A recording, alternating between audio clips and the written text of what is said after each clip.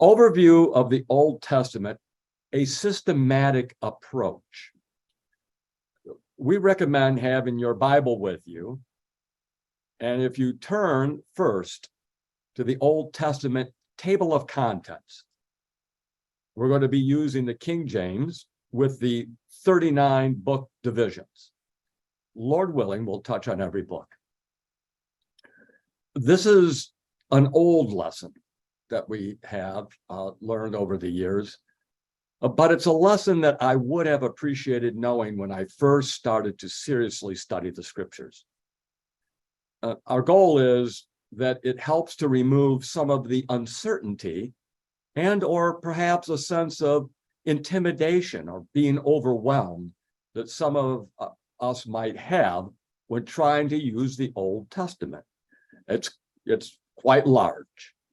And so this systematic approach, what we're going to do today is, in 1 hour, is a fundamental building block upon which so many more beautiful lessons can be applied, from putting the books in a chronological sequence, of inserting our chronological links, of being able to date events in the Bible with greater certainty. How you can do that for yourself. So let's move forward from there. The Old Testament has been divided into 3 sections: the histories, the poetical books, and the prophets. Let's start with the histories. If you're looking at a table of contents, that would be Genesis through the book of Esther. That's 17 books. These are mostly listed in chronological order as the history they record took place. We say mostly in order because there is some overlap in several books, as we shall observe. These 17 books cover the history from creation through Persia being the dominant power. While Genesis covers the six creative days, each one being 7,000 years in length, our focus is human history. We start in Genesis with the creation of Adam in October 4129 BC. We start to count the first full year with 4128 BC. And it continues, the histories, through Nehemiah, ending about 437 BC. This is a vast period of about 3,700 years.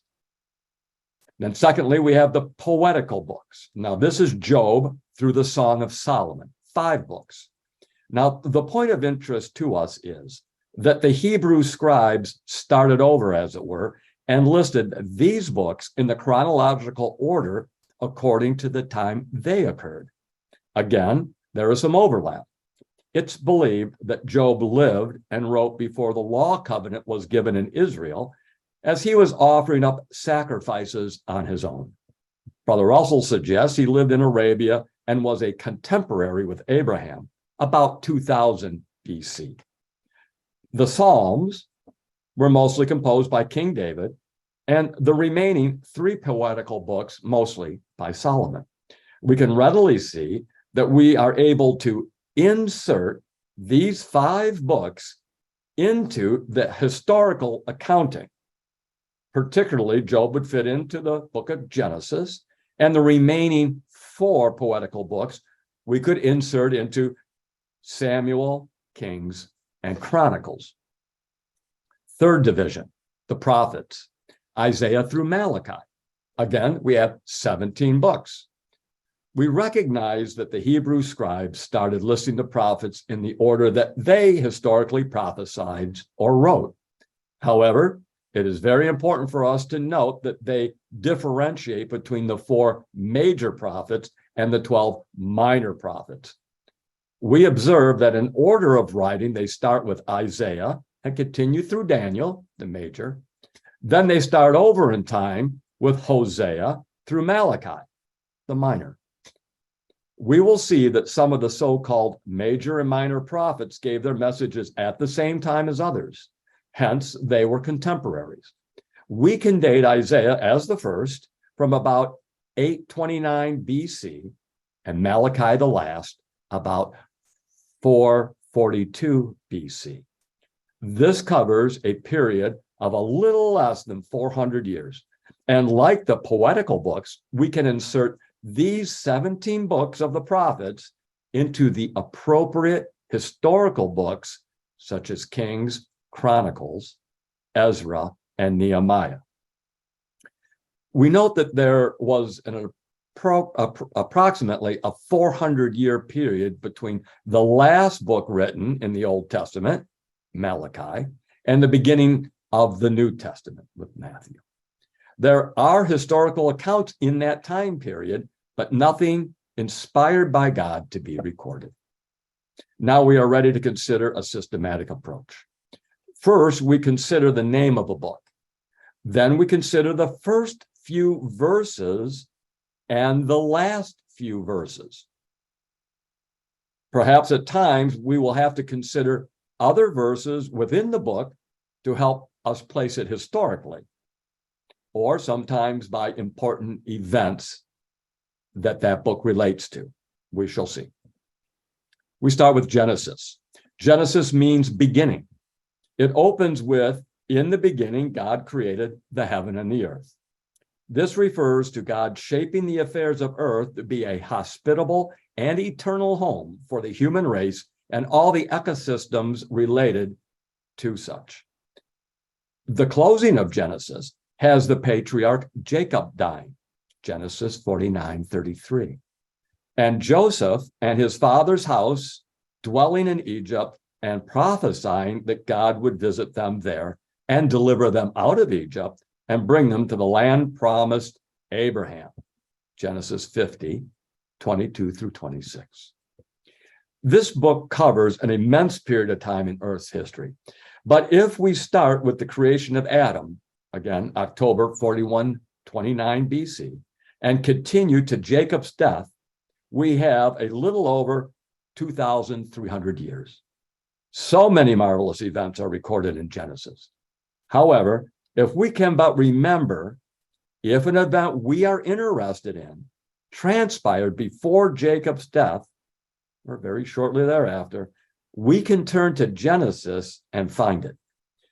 This is the book that gives us our antediluvian world with the creation of our first parents, the Eden accounts, both for the reasons of the dying process and the great permission of evil. It gives us the great flood and its cause, along with the new beginning for humanity. We have our great patriarchal age and the whole story of Abraham, along with the Abrahamic promise and covenant. It closes with the death of the last patriarch, Jacob, and how God would then start to work with his 12 sons, who would become the 12 tribes of Israel. In essence, we could trace the seed of promise as foretold to our first parents through the flood to Abraham and to his seed. We learn from the New Testament that there are two seeds of promise, one spiritual, which would be developed at a later date, and one natural or earthly. This is what we can continue to trace throughout the Old Testament. It is the story of the nation of Israel and those nations they interacted with. Next is Exodus. That means departure or exit, exodus. We learn from the opening verses that there is a little overlap or backtracking with the end of Genesis. For we have the account of Jacob and his 12 sons being in Egypt. Further on, we have the background of Moses, his life, and then in the 12th chapter, the first Passover and the departure or exodus of the Israelites out of Egypt. We have their sojourning in the wilderness, the receiving of the law covenant at Mount Sinai, the instructions for the tabernacle, the priesthood, and the sacrifices, as well as further instructions regarding the law. In chapters 36-39, they actually construct the tabernacle and all things pertaining to it. Then in the last chapter, 40, they erect it and the glory of the Lord fills it. Next book, Leviticus, which means relating to the Levites. The book opens with the first 7 chapters, giving the instructions for the various offerings the Israelites were to make. The book continues with the establishment of the Levitical priesthood, the fundamental national feasts and Sabbath days. The closing verse relates that God gave all these instructions through Moses while they were encamped at Mount Sinai. Numbers. In Greek, the word is numbers, but in the Hebrew, it is the title was in the wilderness. It relates how Israel was at Mount Sinai and then traversed in the wilderness, ending the book with them at Moab at the border of Canaan on the east side of the Jordan River. It is entitled Numbers due to the two accounts in the book of the numbering of the people. Next, Deuteronomy. In Hebrew, Deuteronomy means these are the words, which in essence is the opening verse. But in Greek, it means repetition, and they mean repetition of the law. This is the fifth book of Moses. It is also known, these 5 books, as the Torah, which mean guidance or teaching or law. And in the Greek, such as the Septuagint, the word is the Pentateuch, or the 5 books. This is the 5th. This is a most remarkable book, for in it, Moses recounts the law requirements, their wilderness experiences, and prepares them for the transfer of leadership from himself to Joshua. Moses conveys all of this in a series of sermons or lectures within about a week of his death. The book closes with Moses on Mount Nebo seeing the promised land and then his death. Following comes Joshua. It's hard to read the last chapter of Deuteronomy without being moved. The book of Joshua. It's the name of the new leader of the nation. Joshua can mean deliverer or savior. The book opens after the death of Moses with Israel still on the east side of the Jordan River. Joshua then leads them into the land of promise in the year 1575 BC. The book records the events surrounding the conquering and division of the land for the various people and tribes. The book ends with the death of Joshua and the death of Eleazar, the son of Aaron. Next is Judges. As the name implies, this book details the difficult events that called for judges as the leaders during the 450 years from Joshua until the time of Saul, the first king of the nation. The last verse states, in those days, there was no king in Israel. So it helps us define the period of the judges. The book Ruth follows. She is the remarkable Moabite who married into a Hebrew family twice. She is the great-grandmother of King David and is in the genealogical record of the man Jesus. This book records events during the period of the judges. Consider chapter 1, verse 1. It concludes with a short genealogical record. 1 Samuel. Originally, 1st and 2nd Samuel were one book, later divided. We learn that Samuel, as the last judge, also anointed the first 2 kings of Israel, as it were. The Lord used him to transition Israel from judges to a monarchy. In the first chapter, we have Samuel born and dedicated. And I want to make a side note here on 1 Samuel 1:9. You'll, in the King James, read the word temple, but the temple wasn't constructed yet. And it probably is a reference to the tabernacle, which was then at Shiloh. In chapter 7, verse 15, we learn that Samuel was the last judge. In the 11th chapter, verse 15, Saul was made king. And in 16th chapter, verse 13, Samuel anoints David the first time of the 3 times that David was anointed. In chapter 25, verse 1, Samuel dies and all Israel mourns. This first book ends with the death of Saul and his 3 sons, including our beloved Jonathan. Next is 2 Samuel. Now, this continues after the death of Saul with the events of David's life as the king thereafter. It closes with King David purchasing the threshing floor of Araunah the Jebusite, which would be the future place for the temple. Next is 1 Kings. And likewise, 1st and 2nd Kings were originally one work. Along with 1st and 2nd Samuel and 2nd Kings, they cover the entire period of the kings, from Samuel's anointing of Saul to the Babylonians taking captive the last king, Zedekiah. It covers a period of 513 years of the kings. This first book, 1 Kings, starts with King David being very aged. He selects his son Solomon to be king after him. David dies in chapter 2, verse 10. King Solomon sits upon the throne, chapter 2, verse 12. In this book, we have the temple built, the great revolt against King Rehoboam, and the resulting division between the 2 tribes and the 10 tribes, each following different kings. Rehoboam was a Judea king, he's the right king, and Jeroboam was the rebellious king over the 10-tribe division. The book closes with the death of the Judean king Jehoshaphat, the reign of his son Jehoram, and the reign of the 10-tribe king Ahaziah. 2 Kings. The history of the divided monarchies continues. In chapter 18, verse 10, we have the end of the 10-tribe kings. Hoshea being fall.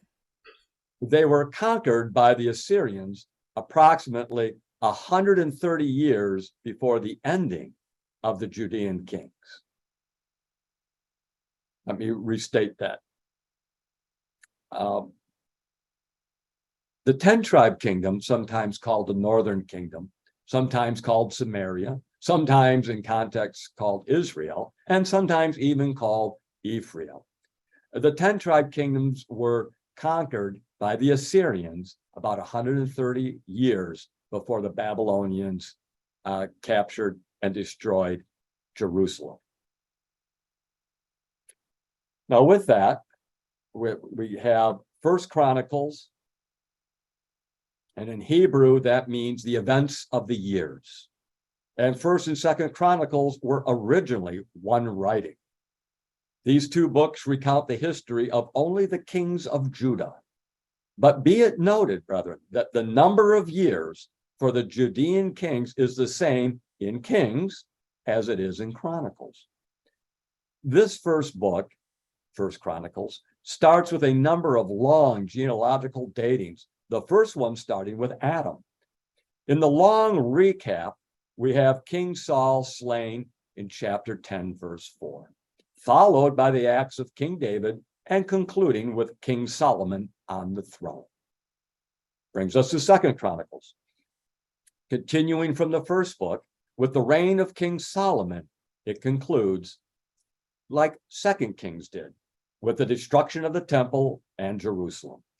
That ended the Judean kings and began the 70 years desolation of the land. Next, we have Ezra. He was a priest and a scribe. Actually, he did not return with the first wave of Hebrews, returning after King Cyrus the Persian decree in 536 BC. He is recorded as returning in the 7th year of the Persian king, Artaxerxes I, Longimanus, 467 BC. Or, in other words, about 50 years after the temple had been rebuilt. Consider Ezra chapter 7, verse 7. But the book opens with the momentous event of King Cyrus's decree at the conclusion of the 70 years desolation to allow any willing Israelite to return to Jerusalem and reconstruct the temple. The construction was completed about 20 years later, Ezra 6, verse 15.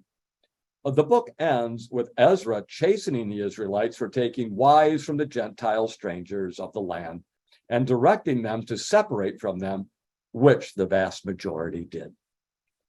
Next book, Nehemiah. He was of the tribe of Judah. He returned 13 years after Ezra had, in the 20th year of King Artaxerxes I, 454 BC. The book opens with his return and how, under his leadership, the walls of the city Jerusalem were repaired. He, with Ezra, worked as leaders, encouraging a complete returning to the law of God and a cleansing of their daily lives. Ezra and Nehemiah gives us the history of events after the Israelites returned from Babylonian captivity. Next follows Esther. She, along with Mordecai, both Jews living in Persia during the time of King Xerxes. The King James will say Ahasuerus, but Ahasuerus is a title. We think this is King Xerxes. Created a great deliverance. Esther and Mordecai created a great deliverance for the Jewish people throughout the Persian Empire. She became queen, and Mordecai became second to the king throughout the empire. The Feast of Purim was started. This book is the last of the 17 historical books, and it occurred during the time that the book of Ezra records. It would have taken place after the Second Temple had been completed. As stated at the beginning, with the book of Job, we have the poetical writings, and we start over in a sense with Job, considered this to be the earliest book of the 5 poetical books. Job, the name of an actually righteous, God-fearing individual who, though wealthy himself, made efforts to assist the poor. This book was probably written later, with the author relying perhaps on oral tradition. It is believed that Job lived during the patriarchal age, likely a contemporary Abraham. Hence, we can, as it were, insert this book into the historical book of Genesis, time-wise. Although written as a poem, it relates actual events with the exception of Satan and God communicating, which we believe is allegorical.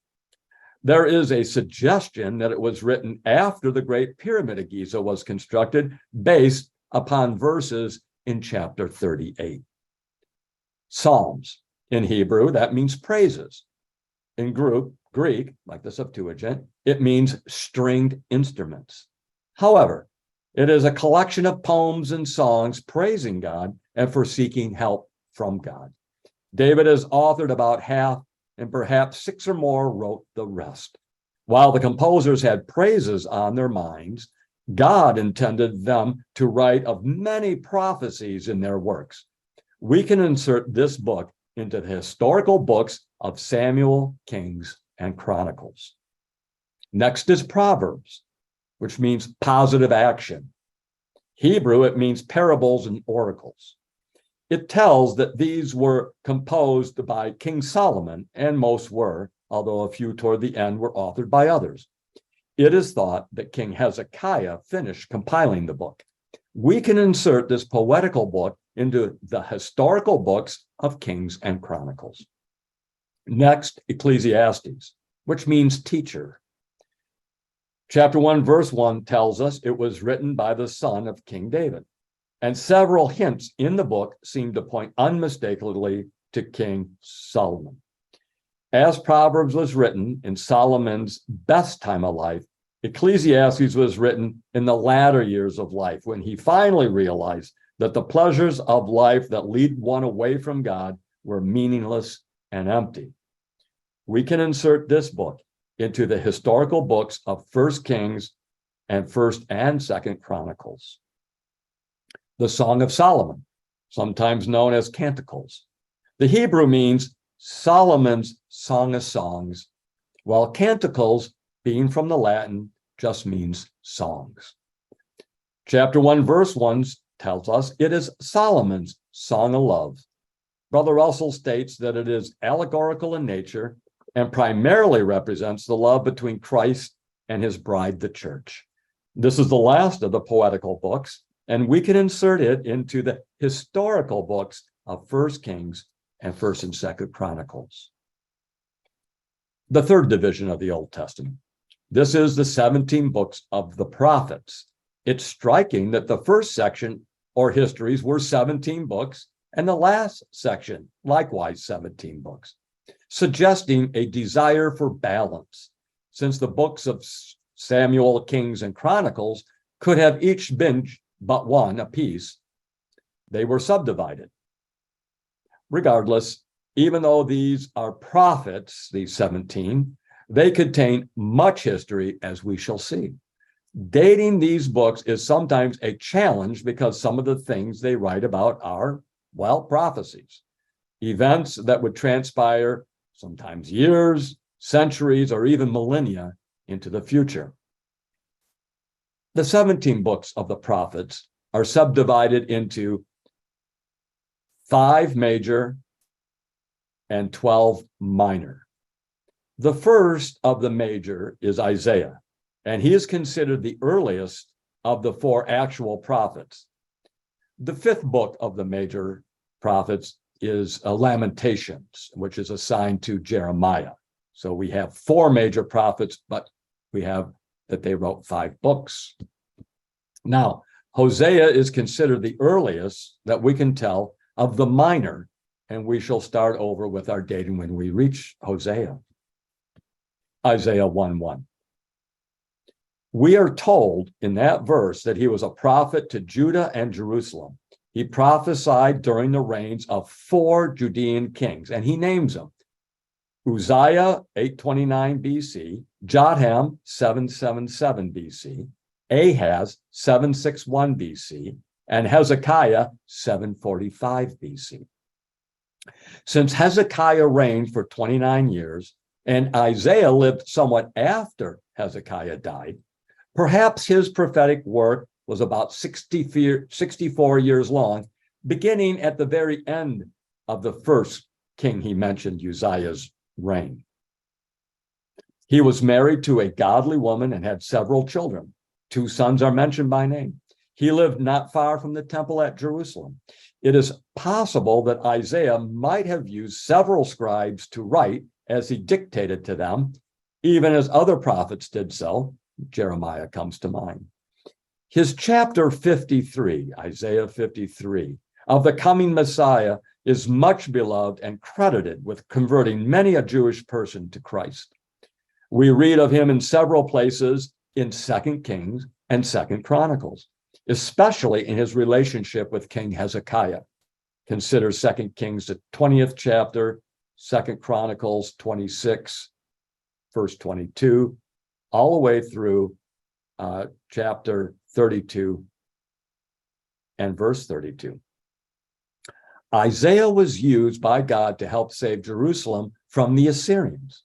He gave prophecies that were current events as well as future events regarding Israel, the first advent, the second advent, and the mediatorial phase of the kingdom. We can be sure he was contemporary with the prophets Hosea, Amos, and Micah, and perhaps others. We can insert this book into 2 Kings and 2 Chronicles. Jeremiah. In Jeremiah 1, verses 1 through 3, we learn that he prophesied during the reign of the last 5 kings of Judah: Josiah, Jehoahaz, Jehoiakim, Jehoiachin, and Zedekiah. He was a priest, the son of the priest who had found the lost books of the Bible during King Josiah's reign. Jeremiah prophesied just over 40 years. He suffered greatly for his faithfulness in proclaiming the word of God. He was still in prison when Jerusalem fell to the Babylonians. He ended up going with some of the remnants of the land into Egypt. He was contemporary with, although older than Daniel and Ezekiel, as well as Micah and Zephaniah. His prophecy concerning the 70 years over the destruction of Jerusalem is what would be encouraging to Daniel at the end of those 70 years. Consider Daniel 9, verses 1 and 2. This book can be inserted into the historical books of 2 Kings and 2 Chronicles. Then we have Lamentations. It's considered to be Jeremiah's bitter disappointment over the destruction of the temple, Jerusalem, and the desolation of his people. Following is Ezekiel. And in Ezekiel 1, verses 1 through 3, we learn that Ezekiel is a priest. He was taken prisoner to Babylon as a young man at the time of King Jehoiachin's being taken captive. He prophesied during the 5th year of King Jehoiachin's captivity in Babylon, which was 612 BC, 6 years before the great 70 years desolation. This would coincide with the 6th year of King Zedekiah's reign. Ezekiel prophesied to the Jews in captivity in the Babylonian Empire. He too suffered distress as a prophet. He gives us many dates in his writings. He records the destruction of Jerusalem. He offers most marvelous visions of God, of the futuristic temple and city of Jerusalem, the land divisions and the great stream that would come from the temple, all picturing the great blessings of the mediatorial phase of the kingdom of God. He was a contemporary of Jeremiah and Daniel, perhaps a little older than Daniel. His book could be inserted into the historical books of 2 Kings and 2 Chronicles. Then comes Daniel.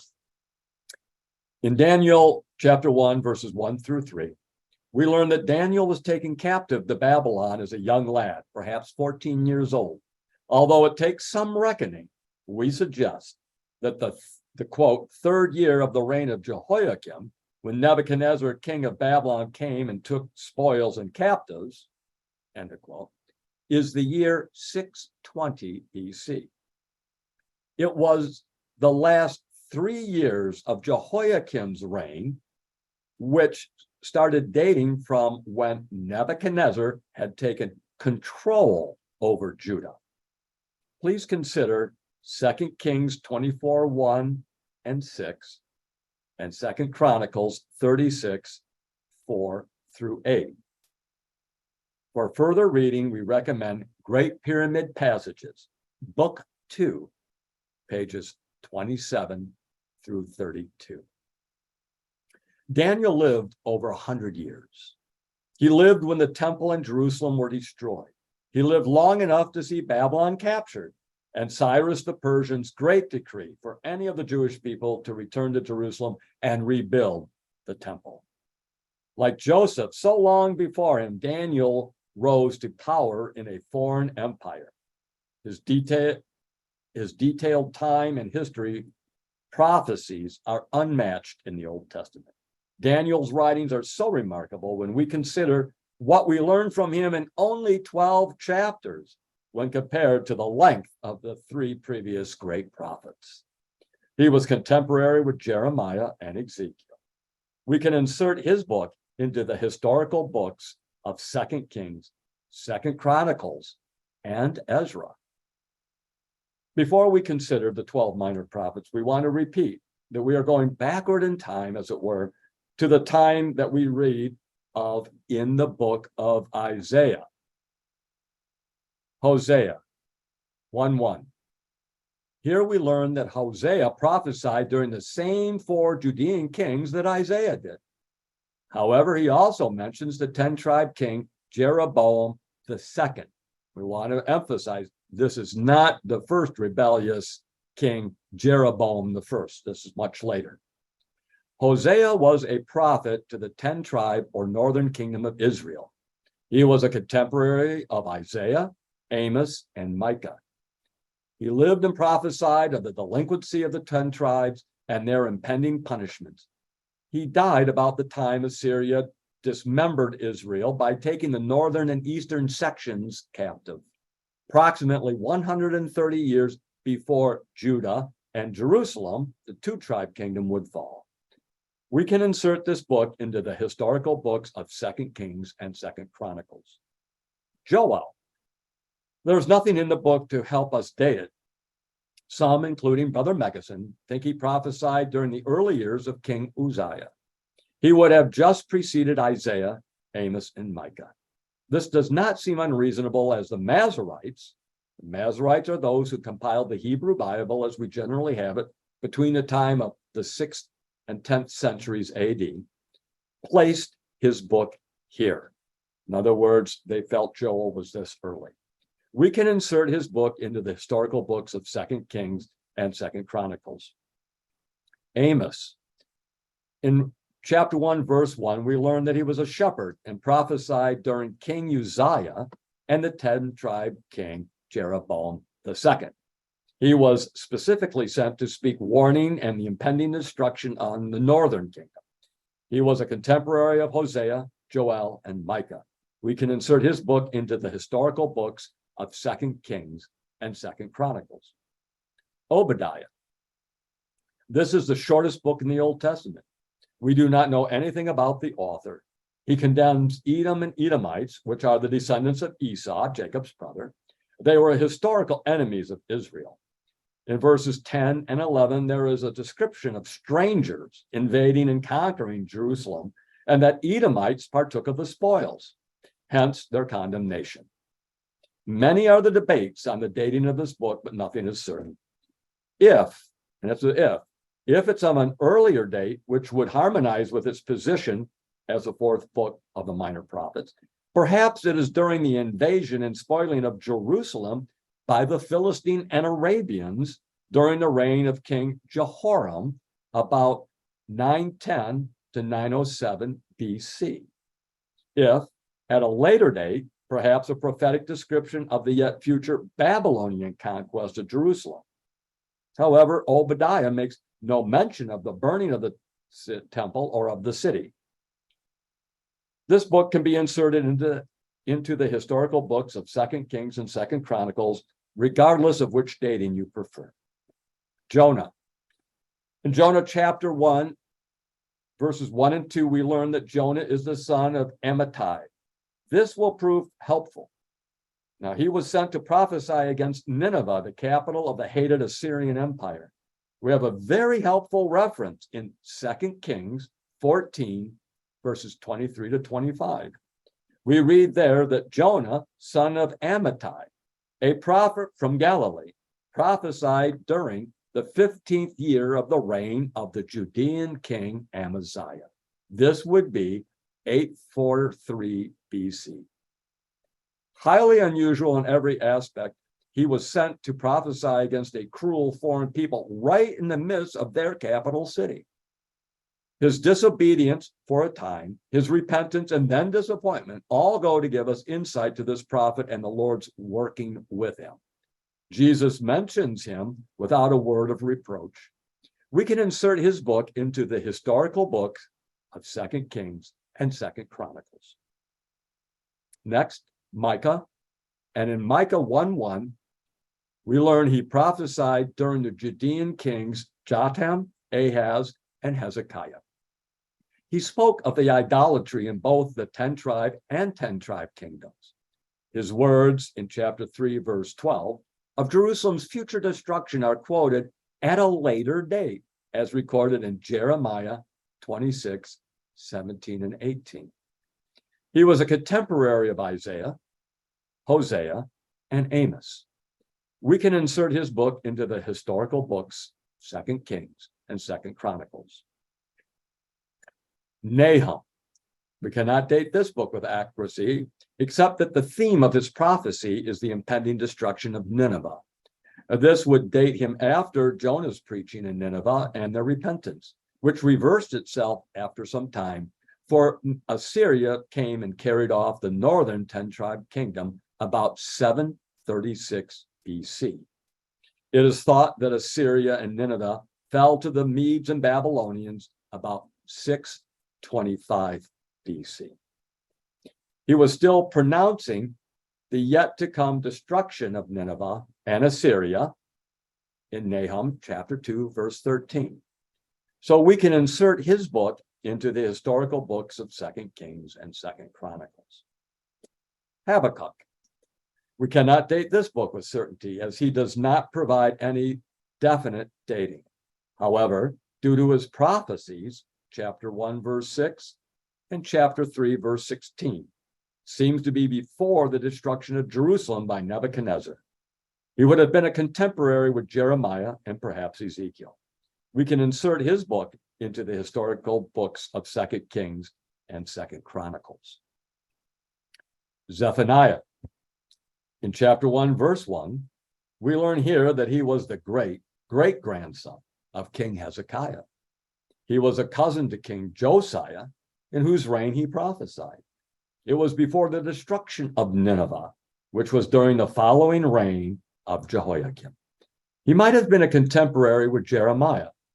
We could place his book in the historical books of 2 Kings and 2 Chronicles. Now we have a change of pace, brother. We come to Haggai, and in chapter 1, verse 1, he writes of his messages starting in the second year of the Persian king Darius. We believe this is Darius Hystaspes, in the year 520 BC. He's the first of the three post-exile prophets. His recorded prophecies spanned 4 months. He went to Jerusalem approximately 16 years after the Persian king Cyrus had made his great proclamation, as we considered in Ezra and Nehemiah. He was a contemporary of Zechariah, and together they encouraged the returned Israelites to complete the construction of the second temple, which was finished about 4 years later. We can read of Haggai and Zechariah together in Ezra 5:1 and Ezra 6:14. We can then insert his book into the historical book of Ezra. Next, we have Zechariah. In chapter 1, verse 1, we learn that he started to prophesy just 2 months later than Haggai, in the second year of King Darius I, Hystaspes, 520 BC. He was also a priest. We learn that in Nehemiah 12, verse 16. And he prophesied for at least 2 years. We read that in Zechariah 7:1. He was contemporary with Haggai, and we can insert his book into the historical books of Ezra and Nehemiah. Now, Malachi, the last of the prophets as found in the Old Testament. We cannot be sure, but Brother Russell suggests that Malachi prophesied during a period of absence of Nehemiah from Jerusalem. Nehemiah did return in the 20th year of King Artaxerxes I. He remained for a period of time, then he went back to into Persia, and at a later date he returned to Jerusalem again. There was a little period where he was absent from Jerusalem. And Brother Russell suggests Malachi was the prophet in Jerusalem at that time. And that would be 442 BC, 442 BC. And we can insert his book then into the historical book of Nehemiah. Brethren, of the 4 major prophets and 7 of the minor, we are able to date by the kings they said they prophesied during. That leaves only 5 minor prophets that we cannot be quite as certain to their dating. 11 we have confidence, 5 not so confident. We see that none of the books, not one of these books of the 16 prophets, Lamentations being by Jeremiah, not one of these books of the 16 prophets that we can date with certainty are before King Amaziah, which was the 12th king of Judah. Hence, we can confine our historical books for the prophets to 2 Kings, 2 Chronicles, and then the last 3 to Ezra and Nehemiah. If we are studying about a king or about a prophet, we can now correlate the appropriate books together and thereby gather more scriptural information for both our historical understanding and our interpretive understanding. If we want to date an event in the Old Testament, we can use the chronological tables that you and I find in the 2nd volume, page 42, 43, 44, and page 50, and insert these into our overview of the 39 books. Then, with minimal effort, we can determine the dates of almost any important event in the Old Testament using the biblical method instead of trying to rely on nominal commentaries with their faulty chronological schemes. Now, for example, this isn't in my notes, but this is what we have done over the years. And in fact, Lord willing, this would be another discourse that we could build on with this building block. But for ourselves, what we have done is we've taken the chronological links that Brother Russell gives lists of on those pages I cited in the second volume, and we've created a table for ourselves of which books of the Old Testament each chronological link could be found in, or which books could be included in. For example, the first link from the creation of Adam to the flood of 1656 years, of course, would be Genesis. And the second link of 427 years to the giving of the covenant, that again would be Genesis. But then we get to 430 years to the giving of the law, when Israel would have Exodus out of Egypt. Then that takes us into the book of Exodus, and then we can make connections with Leviticus and Numbers as well. We have then our 40 years wilderness wandering, which would take us into partly the end of Exodus, Leviticus, Numbers, and Deuteronomy. We have our 6 years division of the land with Joshua, and then we have our 450-year period in the book of Judges. Leads us up to Samuel and into Samuel being the last judge. And then we have our 513 years for the kings, which would round out Samuel, First and Second Kings, and First and Second Chronicles, each being largely a repeat of one another. And then that would get us to Ezra at the end of Second Kings, at the end of Second Chronicles. And then we have the recording and beginning of Ezra of Cyrus the Persian's decree for the Jewish people to be able to go back to the land, to the city of Jerusalem, and rebuild the temple, which then we use. We can connect with secular dating to 536 BC. Well, with that, brethren, we can then insert each of these books into that chronological linkage. The added step for greater detail, which is a beautiful thing to do, is to be able to take the list of kings that Brother Russell provides on those pages. Let me take a look so I give you the exact page I'm referring to. It is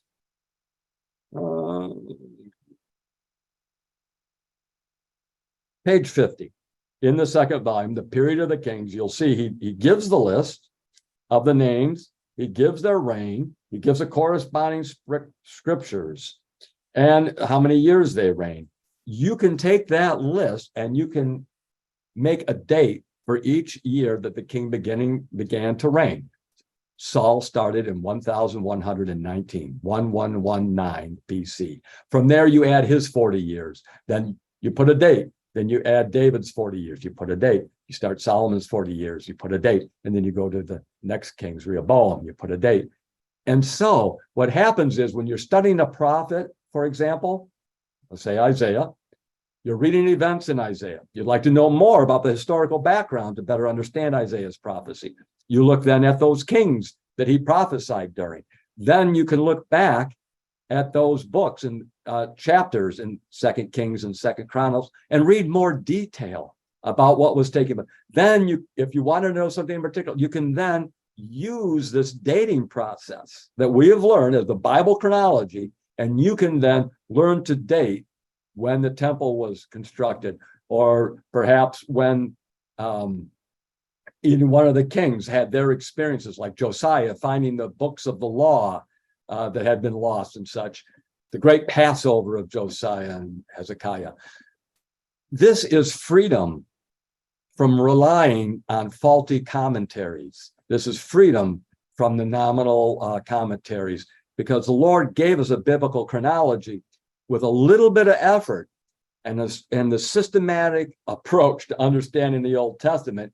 We can then have greater confidence in our dating and our understanding of events. So, dear brother, I know we went through a lot, covered 39 books, so briefly, I will end as I started. The notes are available in the chat of what we said. And if anyone was unavailable to access the chat, email me. I'll be glad to send that to you. May the Lord add his blessing. Over.